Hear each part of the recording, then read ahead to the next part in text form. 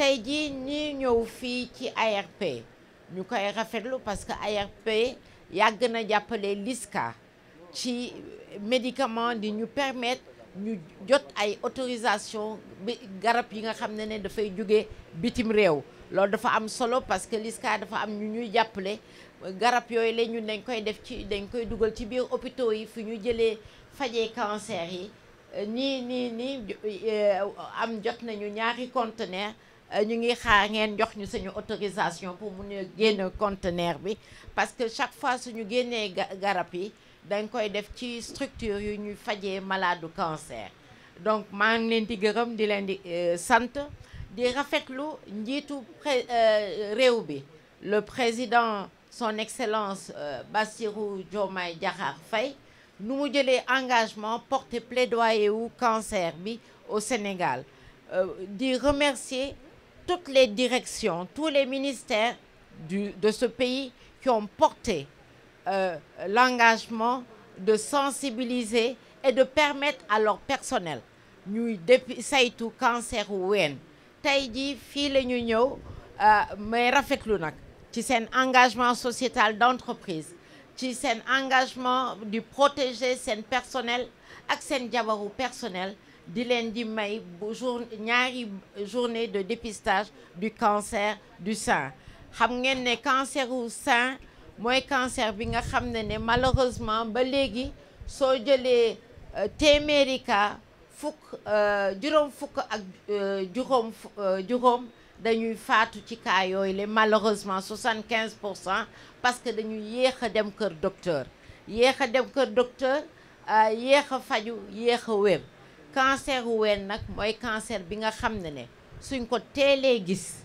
nit ki dina wér ci cancer bi dans 90% des cas moo tax ñu octobre rose mooy weer bi nga xam ne dañuy def promotion dañuy sensibiliser ci Dakar ak li ko wër di def promotion auto examen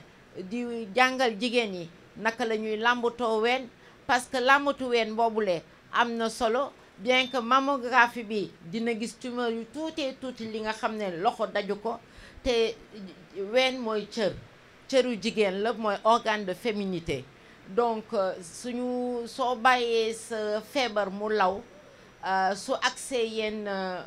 stade yi lu dul dagg ween bi la ñuy def ba pare lu dul bunge la nga wuy ji sa borom te loolu la ñu bëggatul gis ci Sénégal donc cancer du sein teel a faju teel a dépister teel a faju teel a wér donc dépistage par la mammographie mooy rajo ween boobule dafa am solo. mais xam nga comme feebar bi dafa bëri léegi bu ñu ko déggee après tey ñu dama waroon wàcc ci suba ma ne kon xaaral ma toog ma xool sama yaram parce que kenn ku nekk bëgg nga sa wér gu yaram waaw wér gu yaram la ñuy ñaan kenn ku nekk képp ku fi taxaw yàlla ko yàlla may jàmm ak wér ak wérle lépp lu ñuy mbébét yàlla ko yàlla def ndox mu sedd guy ci barke Seydina Muhammad sallallahu alayhi wa sallam. octobre rouge soo ko déggee sama xel day dem ci kii bi ci cancer bi waaw moo tax bu ñu ko waxee ñu ne xaaral ñu ñëw gëstu waaw kenn xamul nag yàllaa xam. Vous pouvez pouvoir à partir de là je crois. Voilà déjà damay commencer wax en premier les facteurs de risque parce que wax nañ ne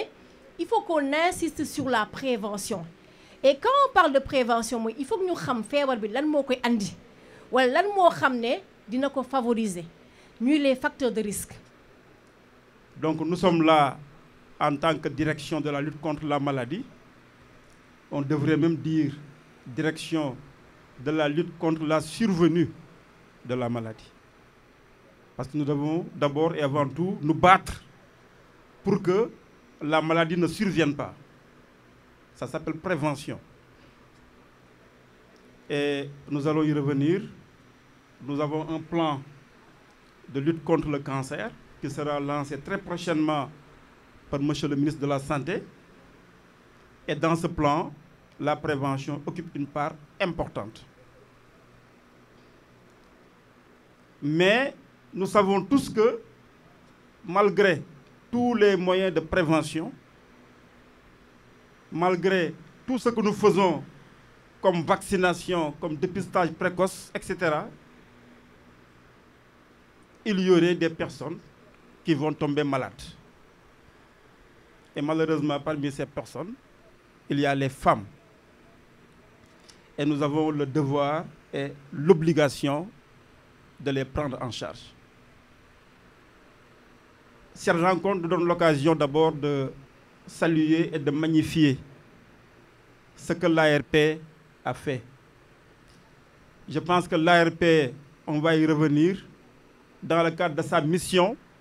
qui est une mission de régulation, de contrôle, mais également de réglementation, est un acteur clé, est un acteur incontournable dans la lutte contre la maladie, et particulièrement dans la lutte contre le cancer. Et c'est également l'occasion pour nous de magnifier déjà la collaboration que nous avons. Je le dis parce que dans toutes nos instances de coordination, d'élaboration de plans, de discussion avec des partenaires stratégiques, et le dernier partenaire, c'est Roche, avec qui nous avons un partenariat pour lutter contre le cancer, l'ARP était à nos côtés. Cette manifestation entre donc dans le cadre des activités, n'est-ce pas, d'Octobre Rose, n'est-ce pas, initiées dans tout le pays, mais particulièrement donc l'ARP qui s'est saisie de la question, qui est une question nationale, pour, n'est-ce pas, organiser cette journée en faveur non seulement de son personnel, mais également en faveur du personnel riverain et même d'autres personnes. C'est une question extrêmement importante parce qu'on l'a dit et rappelé, le dépistage de cette pathologie est essentiel, puisque plus tôt on dépiste cette maladie, plus tôt on a des chances de la guérir, ou en tout cas d'allonger, n'est-ce pas, la survie.